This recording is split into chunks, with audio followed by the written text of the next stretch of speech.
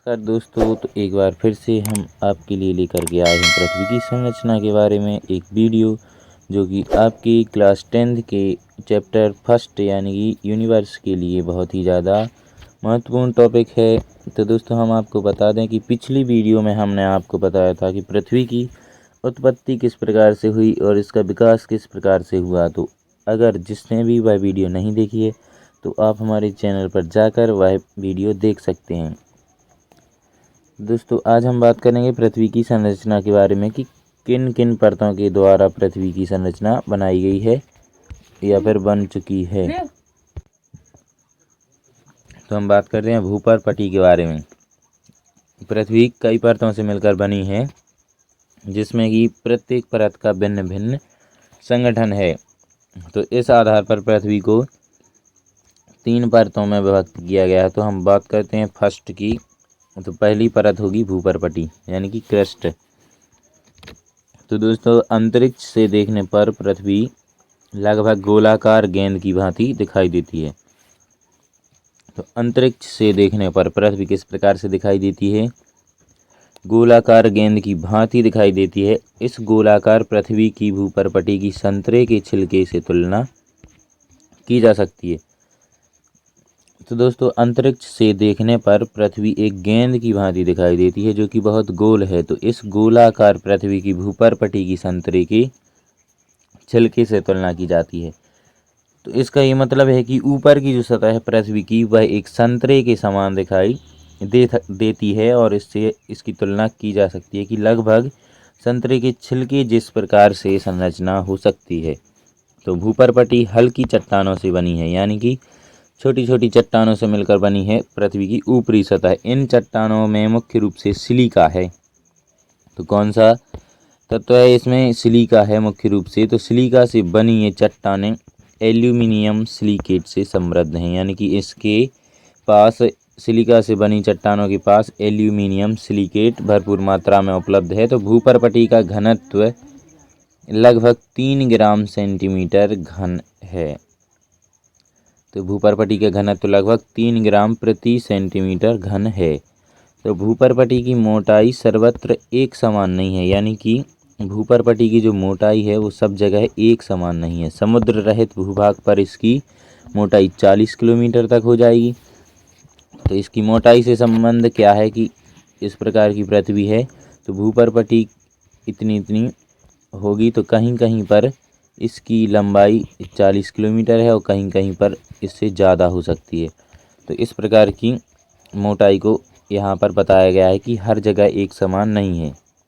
तो समुद्र के नीचे की भूपर्पटी की मोटाई बहुत कम होती है और यह मोटाई 10 किलोमीटर के लगभग होती है, यानी कि जहाँ पर समुद्र होगा तो वहाँ पर सतह इस प्रकार से होगी। यहाँ पर हमारा पानी रहेगा तो यहाँ के मुकाबले इसकी मोटाई यहाँ पर कम होगी। तो यही हमें बताया जा रहा है कि समुद्र के ऊपर यानी कि समुद्र के नीचे की जो भूपर्पटी है उसकी लंबाई लगभग 10 किलोमीटर के आसपास हो सकती है। तो भूपर्पटी का लगभग 3/4 भाग समुद्र से घिरा है। तो भूपर्पटी का जो यानी कि पृथ्वी की ऊपरी सतह है तो वह 3/4 भाग से समुद्र से घिरी है। तो पृथ्वी की इस पर्पटी के ऊपर लगभग 1600 मीटर ऊंचाई तक वायुमंडल और आयनमंडल है, यानी कि 1600 किलोमीटर की ऊंचाई तक भूपर्पटी के ऊपर 1600 किलोमीटर तक ऊंचाई में वायुमंडल है।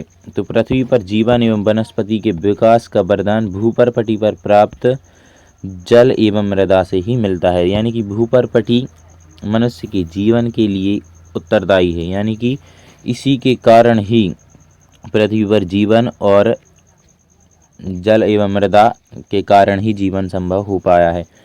तो बात करते हैं सेकेंड चैप्टर की, यानी कि पृथ्वी की सेकेंड सतह यानी कि परतों के बारे में। तो दूसरी सतह हो जाएगी हमारी प्रावार, जिसको मेंटल कहते हैं। तो जान लेते हैं कि किस प्रकार से प्रावार की रचना हुई। तो भूपर्पटी के निचले तल से 2900 किलोमीटर गहराई तक के भूभाग को प्रावार कहते हैं। तो भूपर्पटी हो गई, ये हो गई भूपर्पटी, ये हमारी भूपर्पटी हो जाएगी, यानी कि पृथ्वी की ऊपरी सतह।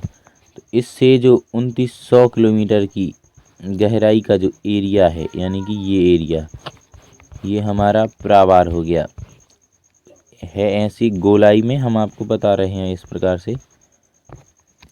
तो ये हमारी भूपरपटी हो गई। तो इससे जो नीचे का जो 2900 किलोमीटर का एरिया है, ये हमारा मेंटल हो जाएगा, यानी कि प्रावार होगा। यह भाग नेत्र से सीधे दृष्टिगोचर नहीं होता है, यानी कि इसको देख नहीं सकते हैं सीधे नेत्र से, इसलिए इस भाग के संगठन का अध्ययन अन्य प्रत्यक्ष विधियों से किया जाता है। तो यह परत लोहा, सिलिका और मैग्नीशियम से समृद्ध है, यानी कि इस पर भरपूर मात्रा में सिलिका, लोहा और मैग्नीशियम पाया जाता है। तो प्रावार में दाब का मान गहराई के साथ बढ़ता जाता है, जो कि दाब का मान है प्रावार में गहराई के साथ साथ बढ़ता जाता है। इस भाग में उच्च दाब होने पर भी चट्टानें ठोस रूप में ही रहती हैं। मेंटल परत की निचली पृथ्वी के केंद्र के पास वाली सतह पर उच्च दाब एवं ताप होता है। ताप एवं दाब की इन परिस्थितियों में कुछ चट्टानें द्रवित होकर कोल तार की भांति बहने लगती हैं। प्रावार की ऊपरी सतह से निचली सतह की ओर पृथ्वी का घनत्व धीरे धीरे परंतु लगातार बढ़ता ही जाता है। तो कुछ चट्टानें जो होती हैं द्रवित होकर कोल तार की भांति बहने लगती हैं, यानी कि जो डामल होता है काला काला, उसकी तार की कोल तार की भांति बहने लगती है। प्रावार की ऊपरी सतह से निचली सतह की ओर पृथ्वी का घनत्व धीरे धीरे परंतु लगातार बढ़ता जाता है। तो प्रावार के ऊपरी तल का घनत्व 4 ग्राम प्रति सेंटीमीटर घन और निचले तल का घनत्व 6 ग्राम प्रति सेंटीमीटर घन होता है। तो प्रावार का निचला तल जहाँ समाप्त होता है, उसके नीचे पृथ्वी का घनत्व तेजी से बढ़ता जाता है। अब बात करते हैं क्रोड के बारे में। तो क्रोड क्या है और पृथ्वी की सतह का तीसरा भाग है, यानी कि अंतिम। तो हमने आपको भूपरपटी बता दिया, प्रावार बता दिया, ये जो केंद्र बचा ये हमारा क्रोड हो जाएगा। देख लेते हैं किस प्रकार की संरचना है यहाँ पर। तो क्रोड पृथ्वी का केंद्रीय भाग क्रोड कहलाता है। क्रोड की त्रिज्या लगभग 3400 किलोमीटर है। यह अत्यंत गर्म है। क्रोड में मुख्यतः सिर्फ और सिर्फ लोहा है, यानी कि मुख्य लोहा है। इस भाग में कुछ निकल भी उपलब्ध है। क्रोड का ऊपरी भाग द्रवित लोहे से बना हुआ है। इसके केंद्रीय भाग का ताप लोहे के गलनांक से अधिक है, फिर भी यह भाग ठोस लोहे का बना है। यहाँ ठोस लोहे के होने के कारण उच्च दाब है। क्रोड की ऊपरी भाग का दाब कम होता है, अतः यह भाग द्रवित रहता है। इस प्रकार क्रोड की ऊपरी सतह से 1600 किलोमीटर की गहराई तक द्रवित लोहा, यानी कि लोहा द्रवित के रूप में है। तो यह भाग बहुत ही ज़्यादा अत्यंत गर्म होता है।